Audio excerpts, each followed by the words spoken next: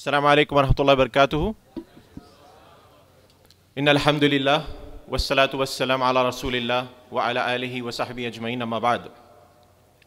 I welcome once again all my brothers and sisters for this session, and as it has been announced by the organizers, the title of this lecture or the theme is The Poisoned Arrow.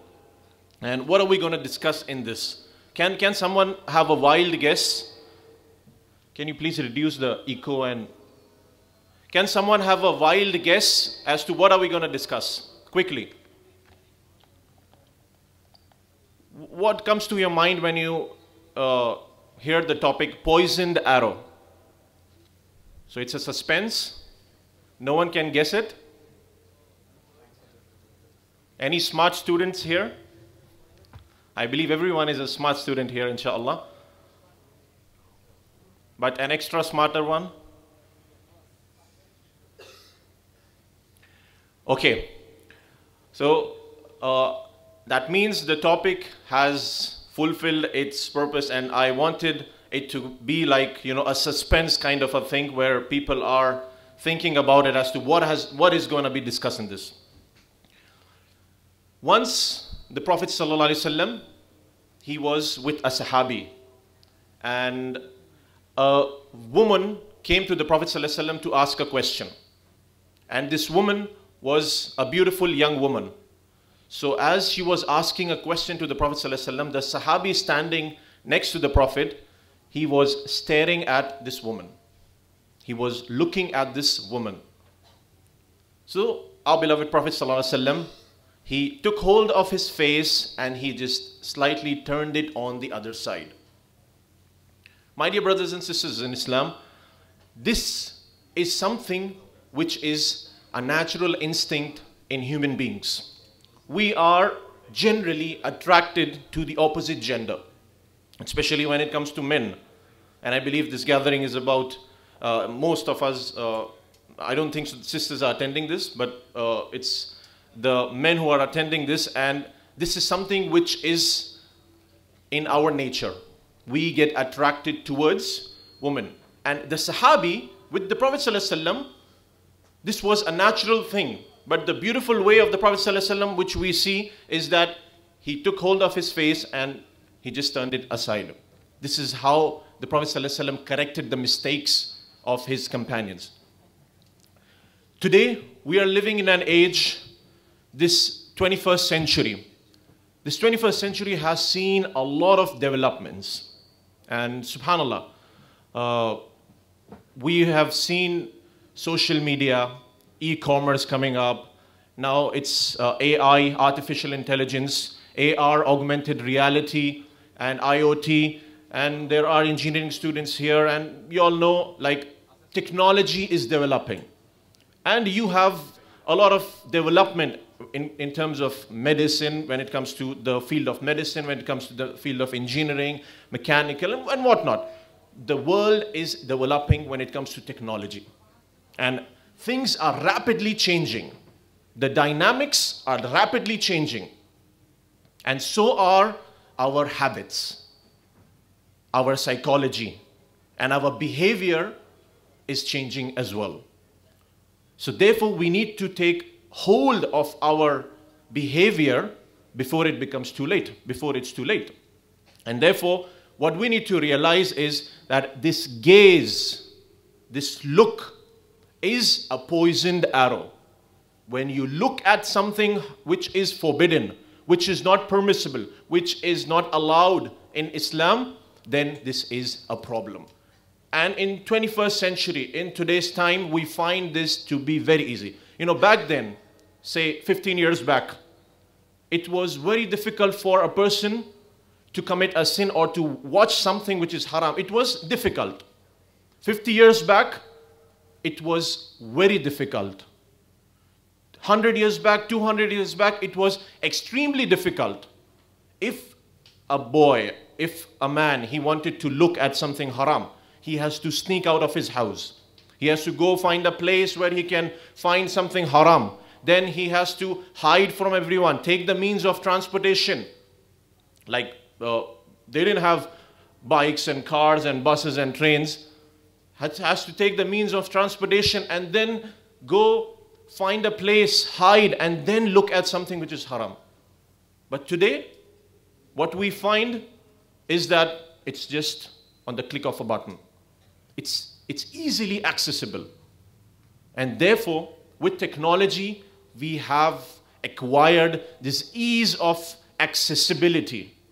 We can easily access anything. Myself, standing here on this podium, I can access any page at this moment. You sitting there in the audience, just with a smartphone and a good 3G or 4G internet, you can access any page. You can open any image. You can watch any filthy image. You can watch any filthy video. This is how easy it has become now to commit a sin. It has become very easy to indulge into something which is haram. To have a relationship, you don't need to hide in your college and take a leaf and throw it, or make a ball, a paper ball, and throw at the girl with your address in it, and then you don't need all this. It's just Facebook ID or a WhatsApp number, and you have access day and night. At any time of the day, you can easily access and you can talk and have these relationships which the shaitan wants us to do.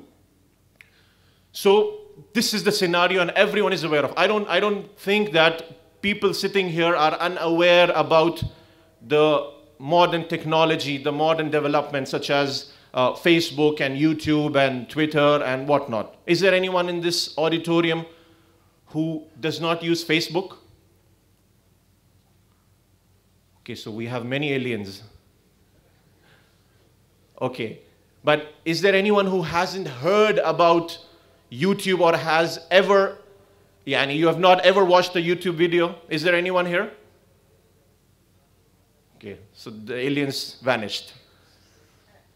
And you know how nowadays it works. Even if you are watching an Islamic video, or listening to the Quran, or listening to Mishari al-Afasi, or Sheikh Sudais, or Sheikh Shuraim, you're listening, and all of a sudden, an advert appears, a pop-up appears, and you are like, whoa, what is this?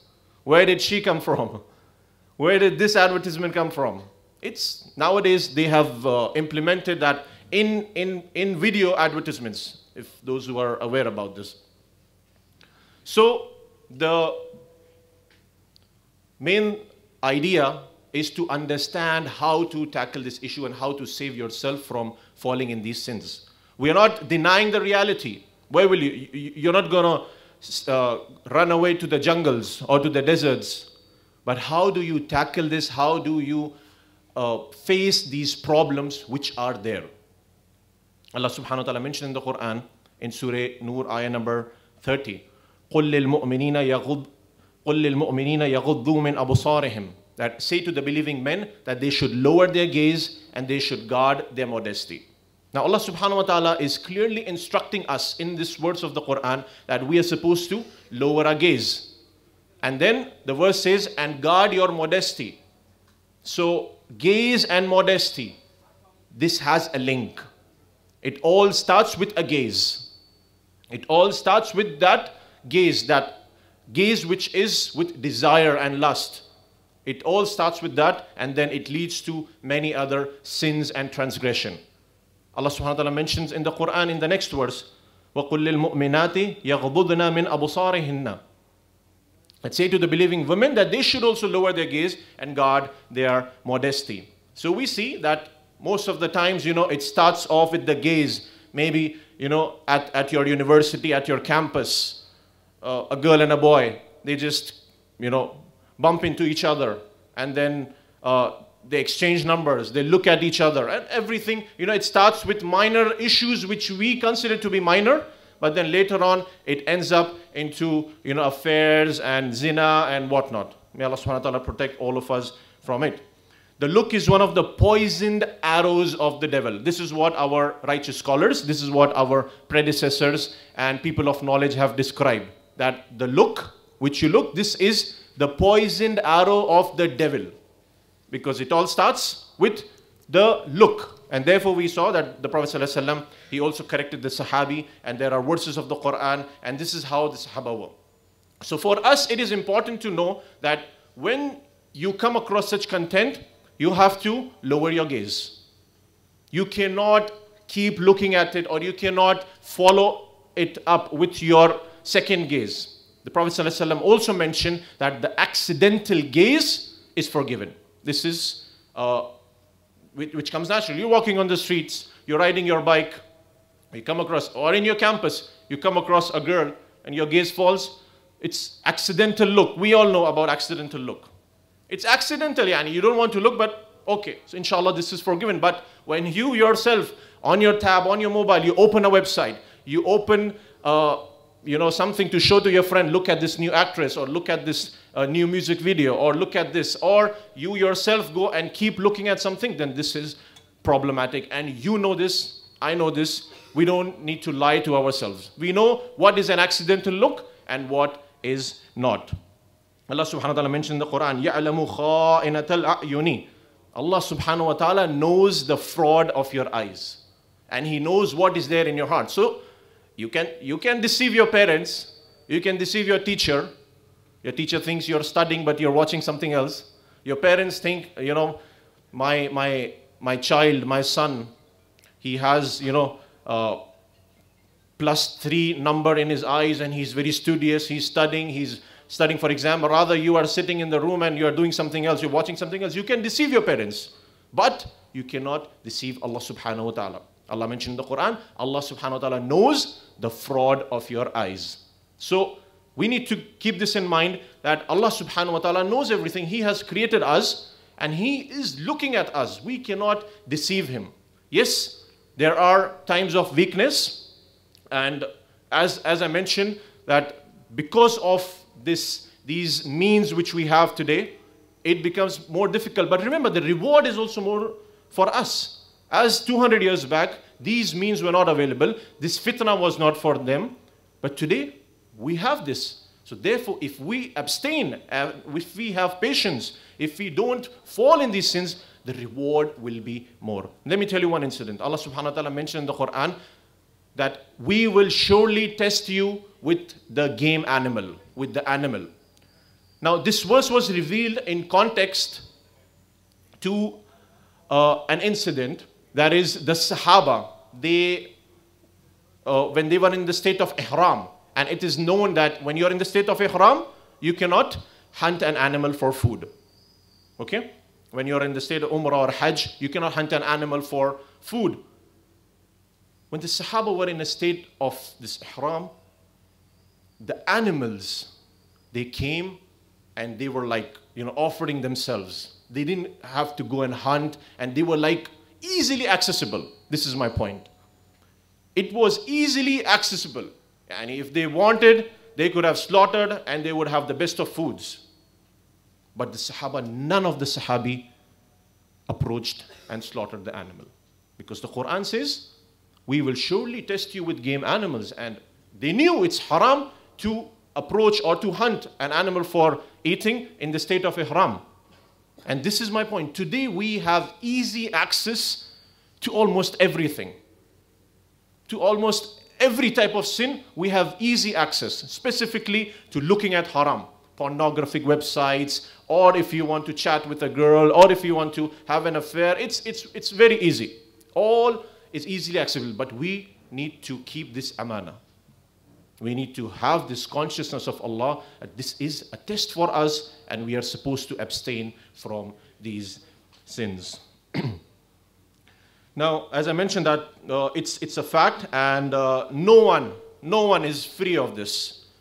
No one over here is going to leave smartphones or not accessing internet, except those who can, and those who are really people of strong faith, and they have other ways to do things, alhamdulillah. But we are facing a practical problem. So how do we come out of this?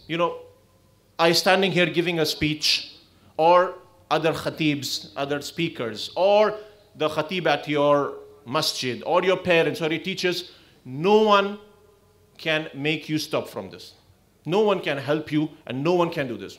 And you listen to this lecture, you go back and you're like, okay, the lecture was good. You are now in a state of iman. After 2 days, 5 days, 10 days, some new video comes and some new pop-up comes and then you fall into it again. It's practically, we have to make the struggle. And I will give you 2 verses of the Quran. And if you just remember these 2 verses of the Quran, inshallah, this is the solution for us to come out of this problem.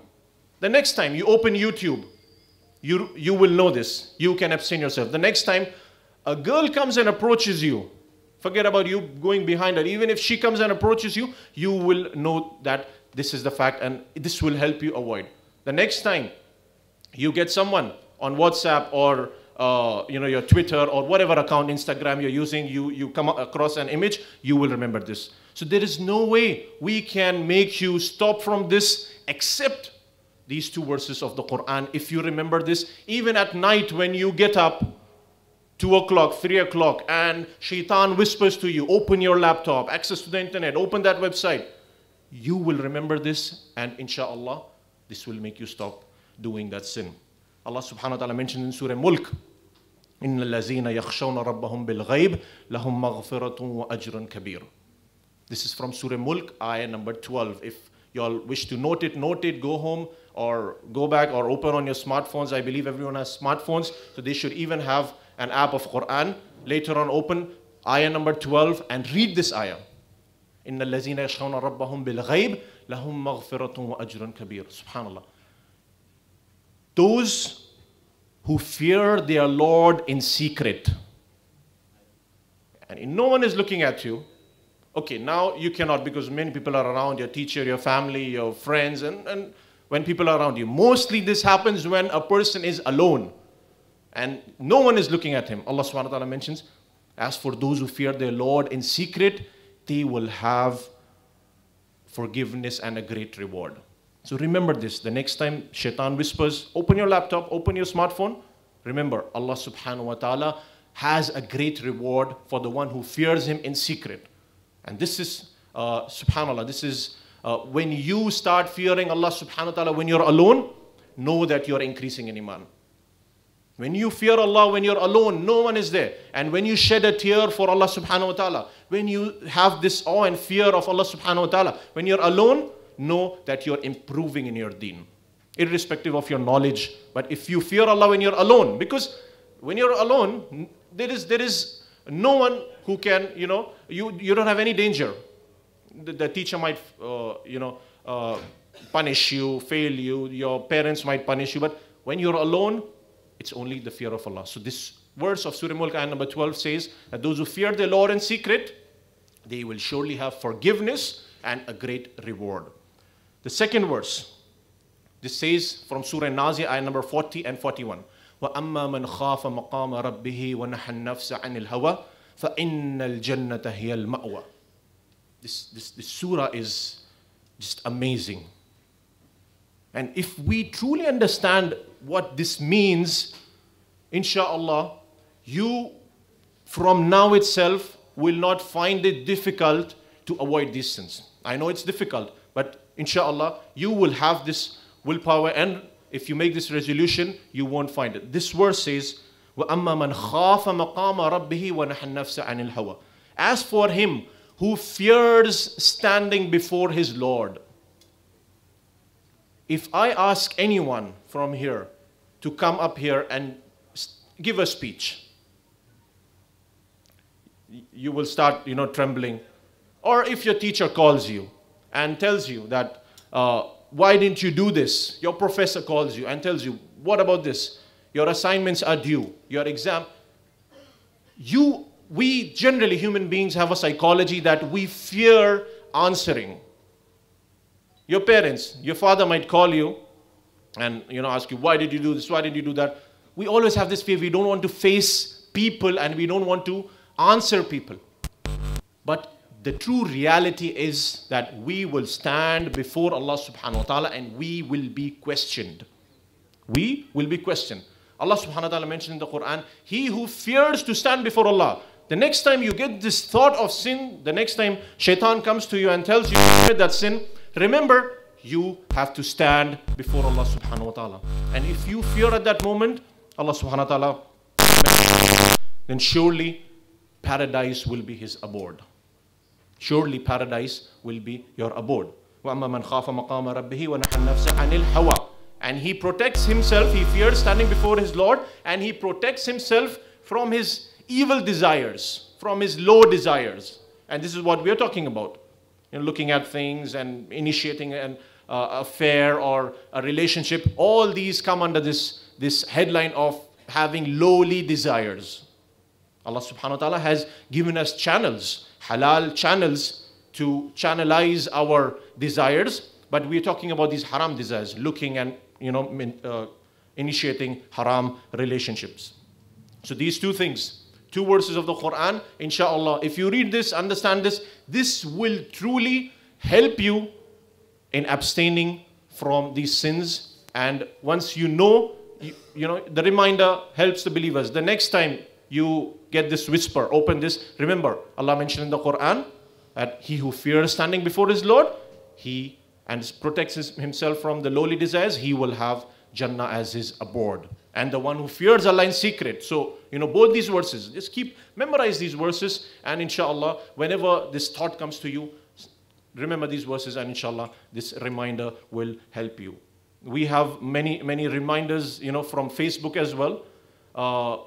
Nowadays, when you are on Facebook, so Facebook tells you, 4 years ago you did this. 5 years ago you did this. 2 years ago you did this, right?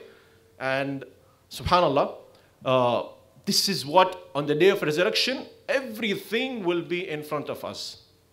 And you did this at this time, you watched this at this time. And Allah mentioned in the Quran, the eyes will bear witness. Our eyes, they will bear witness against us, yes. Even if you want to deny, no, I didn't open this website. The eyes will bear witness, no, he opened this website and this is what you did. So, on the day of resurrection, we cannot escape. We cannot go.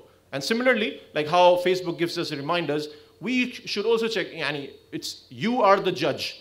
You go and open your history, Explorer and YouTube history, and check the history and see if it makes you happy, or you want to close the laptop and run away, or you want to destroy the laptop. What does the history tell you? The history will tell you about your development, and inshallah, it should be a good development, we assume. The Prophet ﷺ said, the zina of the eyes is to look at haram things. So zina is, the major form of zina is, when a girl and a boy, they commit adultery or fornication. But the Prophet ﷺ also said that the zina of the eyes is to look at haram things. Let it be through any magazines or whatever. If you look in person, a girl is walking and you look at her, this is forbidden. Or if it's through digital means, it's Facebook or digital doesn't mean that it's allowed. So any type of haram look is a type of zina. That's what the Prophet ﷺ said. And how much time do you have? Okay, so I will just make this. I mentioned this even previously, and I would like to mention this again. Like our eyes, our look and our eyes, they work like a camera. Okay, they work like a camera. When you look at something, or rather webcam or a mobile cam nowadays, we are getting 4 cameras, 5 cameras, and 10 cameras. It's more of a camera rather than a mobile phone. They're competing. Samsung, Hawaii, and Huawei. I don't know how to pronounce it actually. How is it? Huawei. Who cares? As far as, it works. So they have these cameras, and now they're competing 24 megapixel camera and 36 and whatnot. So the point is that our eyes, they work like a camera, because when you look at something, it gets stored in your memory. Like how you take a picture, it gets stored in the memory card or the phone memory, or if it's your laptop, it's the hard disk. It gets stored in the hard disk. It gets stored in the memory. And later on, when it's stored here, shaitan can come and put whispers in your mind. And you don't want this. When you go to prayer, you stand for prayer, and you get these images which you saw, You don't want to spoil your khushu. You don't want to spoil your salah. You go for umrah and you get these images in your mind. You want to pray, you're fasting, and then you get these images in your mind. So you don't want this. You don't want this to happen. Therefore, you are supposed to avoid this. Because our eyes, they work like a camera. Even later on, technically, for you to delete it from here, it becomes very difficult. You can delete it from your mobile phone, but for you to delete it from here, it becomes very difficult. And we have to pray to Allah subhanahu wa ta'ala that may Allah subhanahu wa ta'ala help us in abstaining from these type of sins. Now, quickly, before I complete the session, I would like to give you some benefits of lowering our gaze. When we lower our gaze, what are the benefits? The number one is that our heart is sound and it becomes pure. Our heart is purified. Ibn al-Qayyim rahimahullah, he said, the greatest calamity for a human being is, it's not that you fail in your exams, it's not that you have an accident or diabetes or illness or whatever. He said the greatest calamity for a human being is the hardening of the heart and distance from Allah subhanahu wa ta'ala. You become distanced from Allah subhanahu wa ta'ala. This is one of the greatest calamities.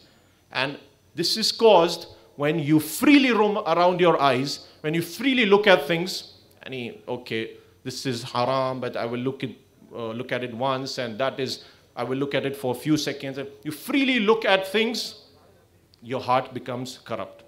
So when you lower your gaze, this helps you in purifying your heart, and it helps you coming closer to Allah subhanahu wa ta'ala. Benefit number two is protection from shaitan. As I said, if you have seen these things and these videos, and if you keep looking at these things, shaitan will come and keep whispering at you. So once you lower your gaze and you are protecting yourself from these haram actions, inshallah, you will be protected from shaitan and his whisperings.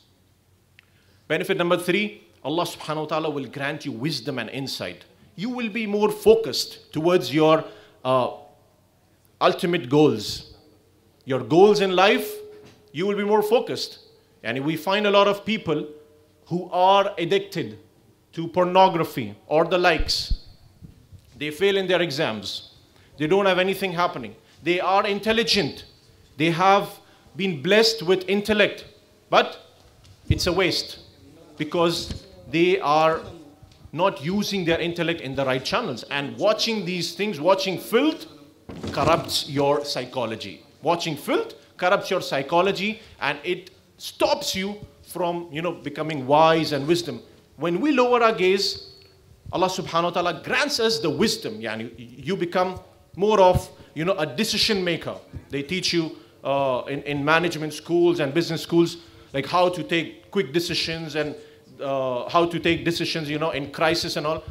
Similarly, when you don't have your mind occupied with these things, with these haram images and haram videos, you will become more focused and you will have a refreshing mind. And if there is a problem, you will be able to tackle it, inshallah. If there is something happening, some problem, trial, tribulation in life, you will have this ability to take decisions and you will be more wise, and Allah subhanahu wa ta'ala will grant you wisdom. I conclude this lecture and I pray to Allah subhanahu wa ta'ala that may Allah subhanahu wa ta'ala grant us the wisdom, and may Allah subhanahu wa ta'ala give us the correct understanding and give us this ability to leave these sins as soon as possible. And that will be a sadaqah jariyah for the organizers, those who are organizing this, and even for us, inshallah, we leave this sin, and we even encourage others, we even invite others towards leaving these sins, inshallah. Wa sallallahu ala nabina Muhammad wa ala alihi wa sahbihi ajma'in.